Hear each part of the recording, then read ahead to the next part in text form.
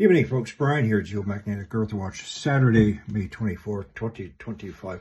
Folks, I just posted a video called How Humans Survived a Solar Apocalypse. That is a fantastic video. And the person who narrated that video, I've never seen that video. It's the first time I watched it, but he covered everything almost precisely exactly that I've been trying to teach you about what I believe is happening with the planet developing a multipolar field. He also started talking about grand solar minimum effects. Now, I've been trying to get that video out, from me, for quite a while. So that narration prompted me. So my studies first started with the grand solar minimum. The grand solar minimum is a period of the sun every 400 years when it goes into a state of hibernation. Minimal, if anything, solar output. Every 400 years. Every 200 years is a grand minima cycle. So let me explain. The sun, as with all other things in life, has a cycle. It has a standard 11-year solar cycle where it starts off from the bottom with minimal solar activity and gradually ascends to solar maximum solar output. This is where we are right now. We're on the top peak of solar cycle 25. Then it'll start to descend again. The average length of a solar cycle is 11 years. The current cycle, number 25, started in December 2019. However, it should be noted that some cycles lasted as long as 14 years and a couple as short as 9 years. So that is the standard 11-year solar cycle. Then we have the grand solar minimum, approximately 400 years ago. Approximately every 400 years, a little bit less. The last one was called the Maunder minimum, which was from 1645 until 1715. To give you an example, how active the sun is gauged by the number of sunspots. The more sunspots, the more active, the more heat it emits out. So during the Maunder minimum, there should have been 50,000 sunspots, but in fact, there were only 50. It was also known as the mini ice age. River Thames in England froze over, and etc., etc. The other one is called the Dalton minimum. It was the grand minima from 1790 to 1820 or 1830. A lot of this is memory. It should be noted that major catastrophic earthquakes and volcanic eruptions happened during grand minima and grand solar minimum. The Cascadia subduction zone earthquake of January 26, year 1700, right in the middle of the Maunder minimum. The Tambora eruption, Indonesia, April 1815, which resulted in the following year without summer, 1816. It was also the same year New Madrid seismic earthquake happened. Two pairs. 1811, 1812, spread about 2 months apart. I will explain why these things happen. So the sun has its own protective field.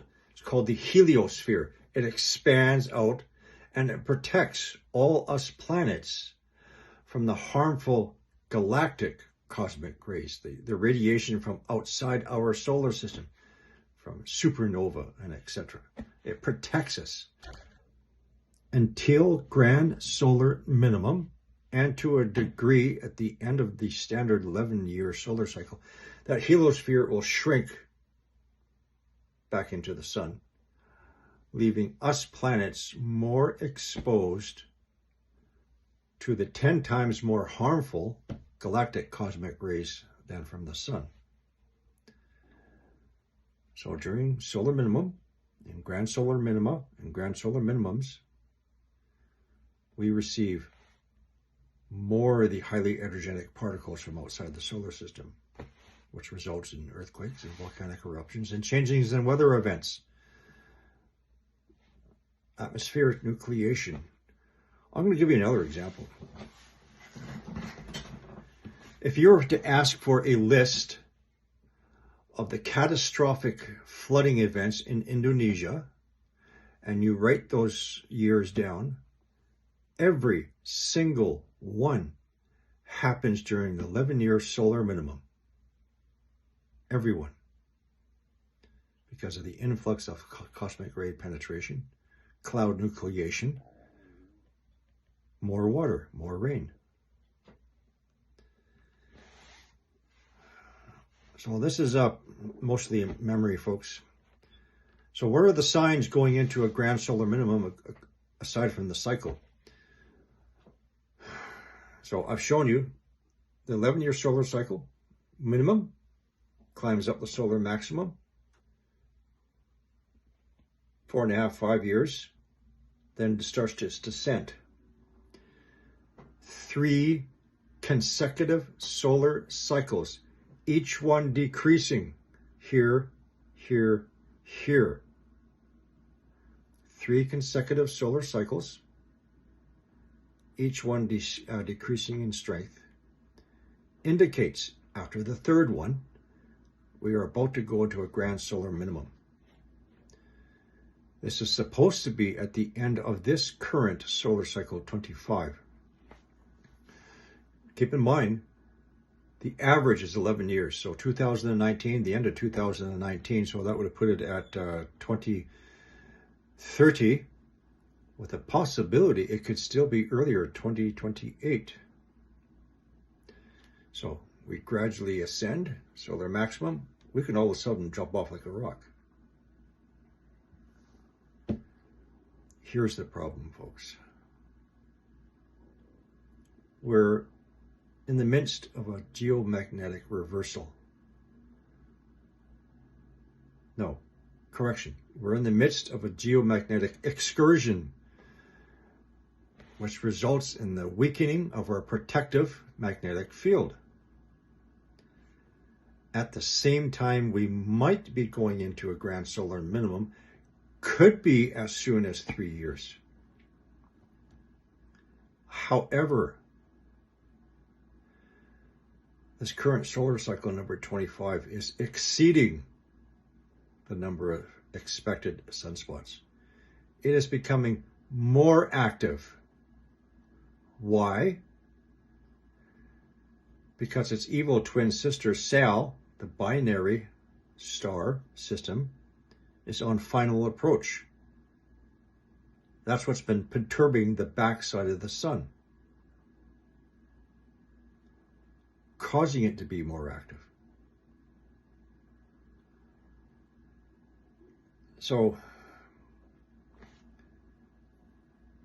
if the sun does go into its 400-year hibernative state, and if that heliosphere does shrink in upon itself, as the other star is coming in and bringing its radiation, according to Carlos Ferrada, the rarefied radiation, which we would be more exposed to.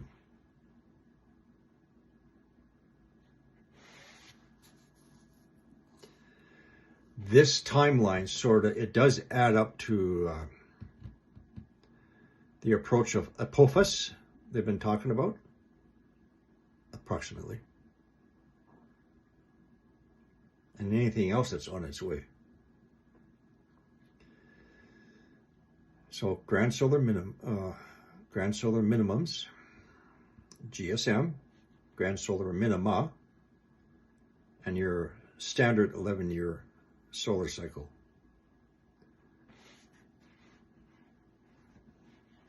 Regardless, so we should be starting our descent. Who knows? Maybe about a year. Like I said, the sun's not acting as it should, as it's about to go into a grand solar minimum. Should. So I want to talk about grand solar minimums at the same time we're undergoing a geomagnetic excursion and our protective magnetic field is destabilizing and breaking down. And as I surmise and as I've been saying, I believe we're starting to develop multiple magnetic poles, such as that narrator just said in that video I posted. Again, fantastic video. Look at it three times. Absorb that information while you're absorbing me. I sound a little bit more intense than he is.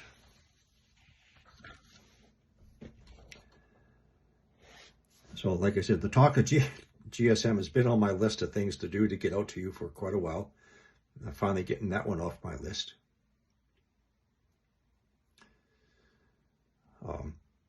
That's why I started on that other platform, a Grand Solar Minimum Geomagnetic Reversal Forum.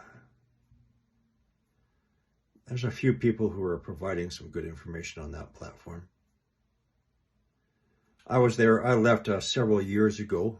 I'm still a member, but I don't provide content anymore. The owner, Kira, asked me to come on board as admin, and I said, yeah, sure. You know, I only got one rule open, only. Be nice to people. I think that's going to conclude this talk. I don't think I forgot anything. So again, during solar minimum periods, grand minima and grand solar minimum is when we had our catastrophic earthquakes and volcanic eruptions.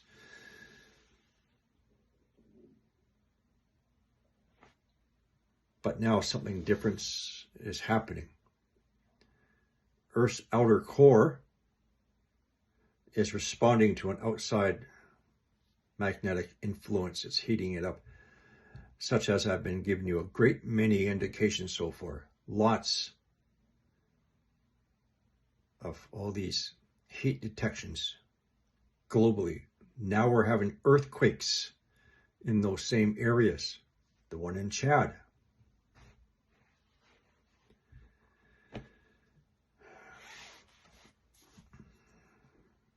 Okay, folks.